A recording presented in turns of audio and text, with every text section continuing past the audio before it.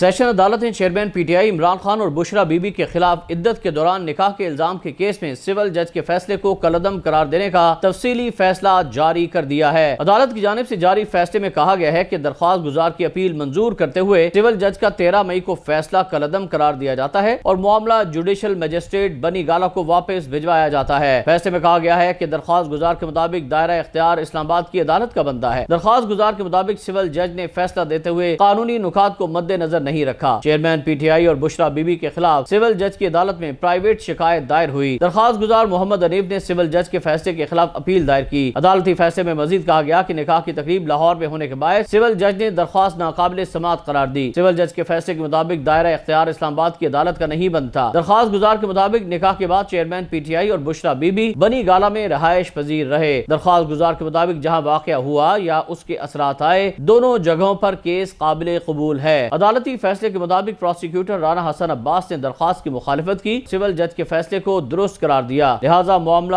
Judicial magistrate کو واپس بھجوایا جاتا ہے۔ جوڈیشل مجسٹریٹ قانونی نکات کو مد نظر رکھتے ہوئے درخواست پر فیصلہ کریں۔